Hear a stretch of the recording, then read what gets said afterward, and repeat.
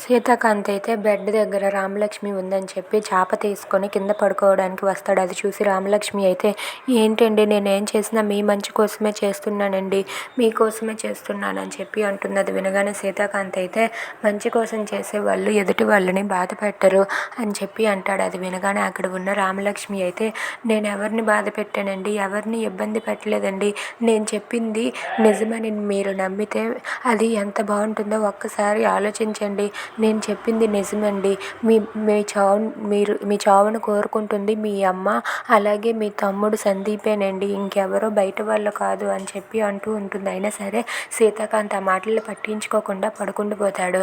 ఇక సీతాకాంత్ పక్కనే రామలక్ష్మి పడుకుంటుంది. అది చూసి సీతాకాంత్ అయితే ఒక్కసారిగా లేచి కూర్చొని, నన్ను ఇలా కూడా ప్రశాంతంగా ఉండనివ్వవా, నువ్వు కానీ ఇక్కడ పడుకున్నావంటే నాకు అస్సలు నిద్ర పట్టదు అని చెప్పి అంటాడు.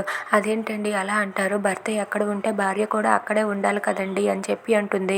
ఆ మాటలు నువ్వేం మాట్లాడిన అవసరం లేదు, మన ఇద్దరి మధ్య భార్యాభర్తల బంధం ఎప్పుడో తెగిపోయింది, నువ్వు కానీ ఇక్కడి నుండి వెళ్ళకపోతే నేను ఈ ఇంట్లో నుండి వెళ్ళిపోతాను, ఏం చేస్తావని చెప్పి అంటాడు. అది వినగానే రామలక్ష్మి అయితే, అయ్యో అంత మాట అనకండి, మీరు ఇక్కడే ఉండండి, నేనే వెళ్ళిపోతాను అని చెప్పి తనైతే వెళ్ళి సీతాకాంత్కి దూరంగా పడుకుంటుంది.